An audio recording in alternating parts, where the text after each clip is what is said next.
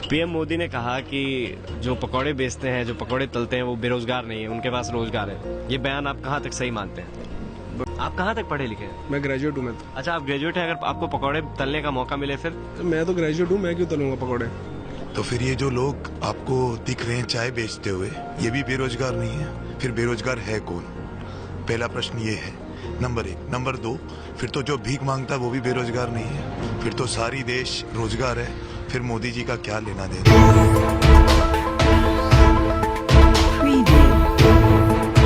खबरों के दौर में ना रहिए बेखबर, हर खबर की हम लेंगे।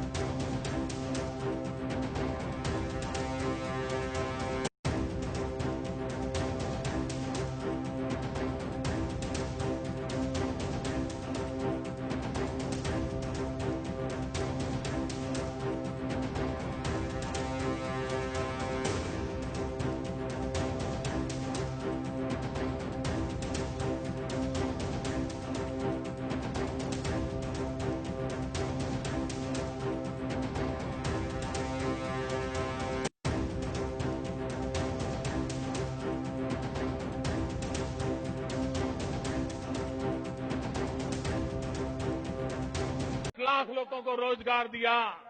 आप मुझे बताइए मेरे नौजवान मित्रों, क्या ये कांग्रेस के हाथ में देश के नौजवानों का भविष्य सुरक्षित है? मोदी ने वादा किया था कि अगर बीजेपी सत्ता में आई तो हर साल 1 करोड़ नई नौकरियां पैदा की जाएंगी। इस वादे के मुताबिक अब तक देश में 3 करोड़ नई नौकरियां होनी चाहिए, लेकिन हकीकत में इसका 5% भी नहीं हो पाया है। लेबर ब्यूरो के मुताबिक देश में नौकरी पैदा करने वाले 8 प्रमुख सेक्टरों में पिछले कुछ सालों में लगातार गिरावट दर्ज की गई है। 2009 में यूपीए सरकार के दोबारा सत्ता में आने के बाद से 2014 तक इन सेक्टरों में कुल 35 लाख नौकरियां दी गई। इसमें यूपीए के आखिरी 2.5 साल यानी 2012 से मई 2014 के बीच 8,86,000 नौकरियां आई, जबकि 2014 में मोदी सरकार के सत्ता में आने के बाद के 2.5 सालों में सिर्फ 6,41,000 नई नौकरियां ही आई हैं। हालांकि इन आंकड़ों के जवाब में बीजेपी के पास अब भी सिवाय कांग्रेस को कोसने के और कोई तर्क नहीं है। जब सत्ता नहीं होती और जब सत्ता होती है, उसके बीच किसे खड़ा किया जाए? आइए रोजगार को लेकर प्रधानमंत्री को ही खड़ा करते हैं और जरा इस रिपोर्ट को देखिए। आज बेरोजगारी के कारण देश का नौजवान अपने जीवन को अंधकार सा महसूस कर रहा है। वो परेशान है, जाए तो जाए कहां? अगर उत्तर प्रदेश का विकास हुआ होता, जिस भूमि ने 8 प्रधानमंत्री दिए हैं, उसके बावजूद भी यहां से लोगों को रोजी रोटी कमाने के लिए सैकड़ों मील दूर गुजरात तक जाना पड़ता है। इन्होंने कहा था 1.5 करोड़ नौजवानों को रोजगार देंगे। 1.5 करोड़ रोजगार देने की बात कही थी। मेरे भाइयों बहनों, 6 महीने में 2 करोड़ लोग बेरोजगार हो गए। ये भारत सरकार के आंकड़े हैं। देश की सरकार को जवाब देने की तैयारी है कि नहीं है? देश की जनता जानना चाहती है। तो प्रधानमंत्री बनने से पहले प्रधानमंत्री मोदी ने बेरोजगारी को मुद्दा बनाने में कोई कसर छोड़ी नहीं, चाहे 2009 का चुनाव हो या 2014 का। मोदी हमेशा उस वक्त की यूपीए सरकार को कटघरे में खड़ा करते रहे, लेकिन अब जब खुद प्रधानमंत्री हैं और वही सवाल उनसे पूछे जा रहे हैं, तो प्रधानमंत्री मोदी के पास कोई जवाब नहीं। बढ़ते हैं आगे और अब बात करते हैं रोजगार को लेकर, नौकरियों को लेकर जो राजनीति हो रही है, जिसमें पकोड़ा भी शामिल हो गया है। जी हां, नौकरियों के मुद्दे पर घिरी बीजेपी सरकार अब विरोधियों को जवाब देने के लिए तरह तरह के तर्क दे रही है। बीजेपी अध्यक्ष और राज्यसभा सांसद अमित शाह ने आज संसद में कहा कि बेरोजगारी से अच्छा है कि युवा मेहनत कर पकौड़े बेचें। इससे पहले प्रधानमंत्री मोदी भी कह चुके हैं कि पकौड़े बेचना भी रोजगार है। सारे धंधे छोड़कर पकौड़ी बेचो जोरों पर, सारे धंधे छोड़कर पकौड़ी बेचो जोरों पर। अरे का नौजवान पकौड़े बनाने पे मजबूर है, पकौड़े बना रहा है। बेरोजगारी से तो अच्छा है कि कोई युवा मजदूरी कर कर मेहनत कर कर पकौड़ा लगा। किसी छोटे से नगर में नाले के पास कोई चाय का ठेला लेकर के खड़ा रहता था और चाय बना करके बेचता था। अब कोई चाय बनाने की बात आती है तो मेरा ध्यान जरा जल्दी जाता है।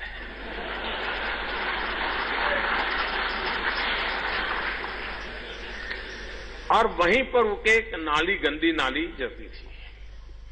अब इसके दिमाग में कोई विचार आया, उसने उस नाली में, स्वाभाविक ये गंदी नाली होती, वहां गैस भी निकलता है तो कभी दुर्गंध आती थी। उसने एक छोटी सी बर्तन को उल्टा करके उसमें छेद करके एक पाइप डाल दी और जो गटर से गैस निकलता था वो पाइपलाइन से उसके अपने चाय के ठेले में ले लिया और वो चाय बनाने के लिए उसी गैस का उपयोग करके चाय बनाता था। सिंपल सी टेक्नोलॉजी। नाले में से पाइप लगाओ, ढाबे में जो कुकर होता है उसमें लगाओ और ढाबे में पकौड़े बनाओ। यह है नरेंद्र मोदी जी की हिंदुस्तान के युवाओं को रोजगार देने वाली स्ट्रैटेजी। 2 करोड़ युवाओं को रोजगार देने की बात की और अब कहते हैं पकौड़े बनाओ, हम आपको गैस नहीं देंगे, गैस भी आपको नाले में से निकालकर कुकर में डालनी पड़ेगी। बीजेपी की सरकार ने असंगठित अर्थव्यवस्था पर आक्रमण किया है और आपको गुलाम बनाने की कोशिश की जा रही है। 2008 में जबरदस्त आर्थिक तूफान आया, पूरी दुनिया में आया, अमेरिका में, जापान में, यूरोप में, चाइना में, सब जगह आया। अमेरिका के बैंक गिर गए, कंपनियां बंद हो गई, एक के बाद एक कंपनी की लाइन लग गई, बंद हो गई। यूरोप के बैंक गिरे, मगर हिंदुस्तान को कुछ नहीं हुआ। यूपीए की सरकार थी, प्रधानमंत्री जी के पास गया और मैंने उनसे पूछा, मनमोहन सिंह जी बताइए, पूरी दुनिया में आर्थिक नुकसान हुआ है, हिंदुस्तान को कोई असर नहीं हुआ, कारण क्या है? मनमोहन सिंह जी ने कहा, राहुल, अगर हिंदुस्तान की अर्थव्यवस्था को समझना चाहते हो तो यह समझना होगा कि हिंदुस्तान में 2 अर्थव्यवस्थाएं हैं। पहली असंगठित अर्थव्यवस्था और दूसरी संगठित अर्थव्यवस्था। संगठित अर्थव्यवस्था में बड़ी कंपनियां, नाम आप जानते हो। असंगठित अर्थव्यवस्था में किसान, मजदूर, छोटे दुकानदार, मिडिल साइज कंपनीज। जिस दिन तक हिंदुस्तान का असंगठित सिस्टम मजबूत है, उस दिन तक हिंदुस्तान को कोई भी आर्थिक तूफान छू नहीं सकता। अब आज के दिन आते हैं। पिछले 6 साल से बीजेपी की सरकार ने असंगठित अर्थव्यवस्था पर आक्रमण किया है। 3 बड़े उदाहरण तो मैं आपको अभी दे देता हूं। नोटबंदी, गलत जीएसटी और लॉकडाउन। आप यह मत सोचिए कि लॉकडाउन के पीछे सोच नहीं थी। यह मत सोचिए कि गलती से आखिरी मिनट पे लॉकडाउन कर दिया गया है। इन तीनों का लक्ष्य हमारे इनफॉर्मल सेक्टर को खत्म करने का है।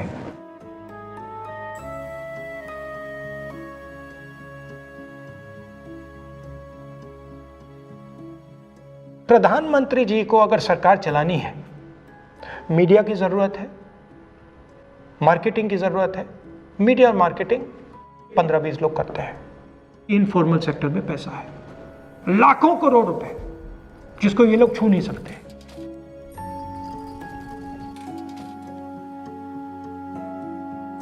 इसको ये लोग तोड़ना चाहते हैं, पैसा लेना चाहते हैं। इसका नतीजा आएगा, नतीजा ये होगा कि हिंदुस्तान रोजगार पैदा नहीं कर पाएगा। क्यों? क्योंकि इनफॉर्मल सेक्टर 90% से ज्यादा रोजगार देता है।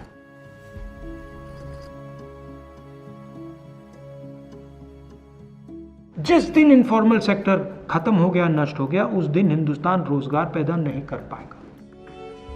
आप ही इस देश को चलाते हो, आप ही इस देश को आगे ले जाते हो, और आपके खिलाफ साजिश हो रही है। आपको ठगा जा रहा है और आपको गुलाम बनाने की कोशिश की जा रही है। हमें इस आक्रमण को पहचानना पड़ेगा और पूरे देश को मिलकर इसके खिलाफ लड़ना पड़ेगा। अगले महीने एसएससी का फॉर्म निकलने वाला है, भर देना, हम बता देंगे तुम भरे थे पिछला बार, क्यों? हम बता देंगे, इस पर भर देना।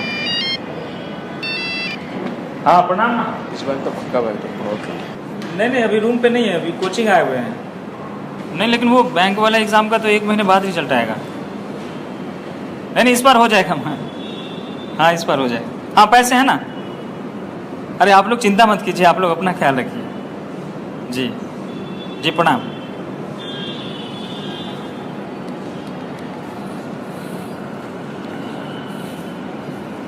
क्या बोलूं माँ को कि कुछ ठीक नहीं है। एक गरीब माँ बाप दिन रात मेहनत करके जैसे तैसे पैसा कमा के अपने बच्चों को कोचिंग कराता है ताकि उसके बच्चे बैंकिंग, रेलवे या किसी अच्छी जगह नौकरी पा सके। और वो बेरोजगार आदमी उसी तंगी हालत में फॉर्म भरता है, पैसे बचाता है, दिन रात मेहनत करता है, किसी दूसरे शहर जाता है बस या ट्रेन में धक्के खा के, लटक के एग्जाम देने के लिए। कभी आप जाइए, फिर पता चलेगा। प्लेटफॉर्म पे सोता है, खाना नहीं खाता है क्योंकि पैसे ही नहीं है और उसी में बचाने भी है। और फिर एग्जाम के 3-4 दिन बाद ये पता चलता है कि पेपर तो लीक हो गया, या फिर पेपर जिसने खरीदा उसको नौकरी मिल गई। मतलब भुक्तभोगी हम और जिम्मेदार सरकार। मतलब आप एक तरफ ये कह रहे हैं कि हम युवाओं को नौकरी देंगे, वादे करते हैं, और दूसरी तरफ आप पेपर लीक करा के हमारे गरीबी, मेहनत और बेरोजगारी का मजाक उड़ाते हैं। फिर रेडियो पे कहेंगे युवा हमारे देश के भविष्य हैं। झूठे वादे, नकली इरादे।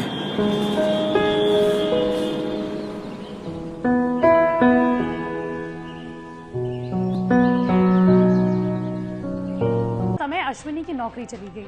अश्विनी मैकेनिकल इंजीनियर हैं और वो ये आशा कर रहे हैं कि इस वक्त उन्हें कोई भी चाहे नौकरी दे दे, चाहे वो नौकरी 5000 की ही क्यों ना हो। ऐसी ही कुछ कहानी है दिग्विजय की और ऐसी ही कुछ कहानी है मोहम्मद आरिफ की। ये कहानी आपकी जिंदगी से भी मेल खाती है, ये कहानी हमारी जिंदगी से भी मेल खाती है। 31 अगस्त को सरकार ने जून की तिमाही के जीडीपी आंकड़े पेश किए। संभावनाएं जताई तो जा रही थी कि ये आंकड़े बहुत अच्छे नहीं होंगे, लेकिन ये आंकड़े उम्मीदों से भी ज्यादा खराब निकले। लेकिन अगर आपको ये लग रहा है कि इस अर्थव्यवस्था से आपका क्या लेना देना, आपकी नौकरी पर, आपकी जिंदगी पर इसका क्या असर पड़ने वाला है, तो आप एक बड़ी भूल कर रही हैं। हमने बड़ी तादाद में स्वरोजगार को डेवलप किया है, रोजगार को डेवलप किया है। हमने सरकारी पद जहाँ जहाँ खाली है उसको भरने की प्रक्रिया पूरी की है। राहुल गांधी जी रोजगार के नाम पर भ्रम पैदा कर रहे हैं, कुछ होने वाला नहीं है। सत्ता में आने नहीं जा रहे। किसने कहा कि 22 लाख पद खाली? कहीं से आंकड़े उठा लेते हैं, कहते हैं पद खाली चल रहा है। कांग्रेस के लिए पद खाली होगा, उनके यहाँ 22 लाख कार्यकर्ता नहीं जिस पार्टी के पास, वो 22 लाख सरकारी नौकरी में पद पर लोगों को भर्ती करने का वादा कर रहे हैं। बीजेपी प्रवक्ता शाहनवाज हुसैन का यह बयान तब आया जब राहुल गांधी ने ट्वीट कर दावा किया देश में 22 लाख सरकारी पद खाली पड़े। उन्होंने कहा कि कांग्रेस सत्ता में आई तो 31 मार्च 2020 तक वो इन सारे खाली पदों को भर देंगे। राहुल के 22 लाख वाले आंकड़े को शाहनवाज हुसैन गलत ठहरा रही। एबीपी न्यूज अब ये सत्य परीक्षण करेगा कि सच्चा कौन है और झूठा कौन। रिसर्च करने पर हमें भारत सरकार के अगस्त 2018 तक के आंकड़े मिले, जिनके मुताबिक प्राइमरी और सेकेंडरी स्कूलों में शिक्षकों के 10,10,000 पद खाली पड़े। पुलिस विभाग में 5,40,000 और रेलवे में 2,40,000 पद खाली हैं। 2,20,000 आंगनवाड़ी कार्यकर्ताओं के पद खाली हैं। स्वास्थ्य केंद्रों में 1,50,000, सुरक्षा बलों में 62,084 पद, पैरामिलिट्री फोर्सेज में 61,509 पद और डाक विभाग में 54,263 पद खाली हैं। एम्स में 21,740, अन्य उच्च स्तरीय संस्थानों में 12,020 और अदालतों में 5,853 पद खाली पड़े हैं। अगर इन सभी को जोड़ें तो कुल 23,80,000 सरकारी पद ऐसे हैं जो खाली हैं। यानी बीजेपी प्रवक्ता शाहनवाज हुसैन का दावा गलत और राहुल गांधी का दावा सही है। 45 साल में सबसे ज्यादा बेरोजगारी बढ़ी है। नोटबंदी जीएसटी के बाद 1,10,00,000 लोगों की नौकरी चली गई है। लेकिन देखिए जी, मैंने एक बार और कहा था, रोजगार तो बिल्कुल नहीं। इनका एक नारा, लकड़ी की काटी काटी पे घोड़ा, रोजगार ना मिले तो बेचो पकौड़ा। और अगर प्रधानमंत्री जी कहते हैं ना कि पकौड़ा बेचना भी रोजगार है, तो पहले तो अमित शाह के बच्चे से बिकवाए पकौड़ा। खुद तो चाय की दुकान छोड़ करके प्रधानमंत्री का पद लेने आ गए। 5 साल में आप मैनिफेस्टो उठा के देखिए 2014 का और 2019 में आप कंपेयर कीजिए जमीनी स्तर पे, आपको पता चल जाएगा ये चौकीदार चोर ही नहीं, बेशर्म ही नहीं, झूठा भी है एक नंबर का। आप हर चीज में देखिए, इन्होंने हर चीज में मैनिपुलेट किया, झूठ दिखाया हर जगह। बड़े बड़े पोस्टर, आपको बैनर हर जगह मिल जाएंगे, लेकिन एक बेटी दिखा दो जो सुरक्षित आपको मिले। आज इस देश में बेरोजगारी चरम सीमा पर है। आप ये देख लीजिए, इस सरकार में सबसे ज्यादा बेरोजगारी फैली है। एमए, पीएचडी, एमफिल चपरासी की नौकरी के लिए मारे फिर रहे हैं और इस सरकार में नौकरी नाम की चीज नहीं है। प्रधानमंत्री जी ने इस 14 में ये कहा था कि 100 स्मार्ट सिटी आएंगी, एक स्मार्ट सिटी बनी नहीं बनी। प्रधानमंत्री जी ने कहा था कि हर एमपी एक विलेज को अडॉप्ट कीजिए, अडॉप्ट किया, कोई डेवलपमेंट नहीं हुआ, कुछ नहीं हुआ। 2 करोड़ युवाओं को प्रॉमिस किया था हर साल, लेकिन युवा यहाँ खड़े, किसी को कोई कारोबार नहीं है। आम युवाओं के लिए उन्होंने पकौड़ा योजना और जो इंडस्ट्रियल है उनके लिए भगोड़ा योजना।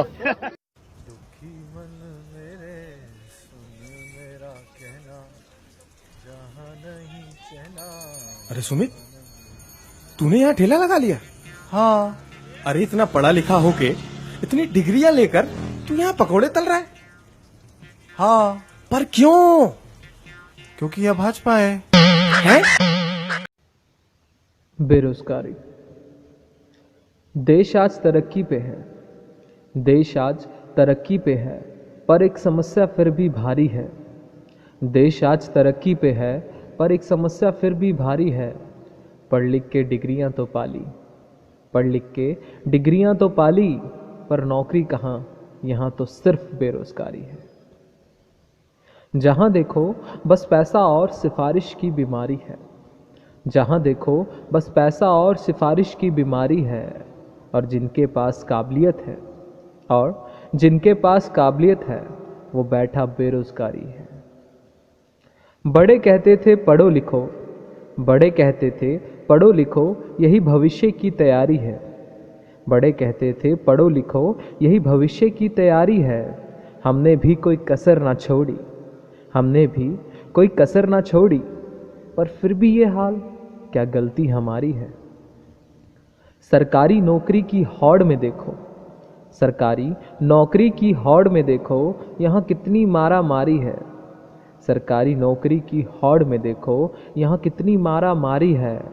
और प्राइवेट नौकरियों वालों की तो, और प्राइवेट नौकरियों वालों की तो यहाँ जिंदगी भी उधारी है।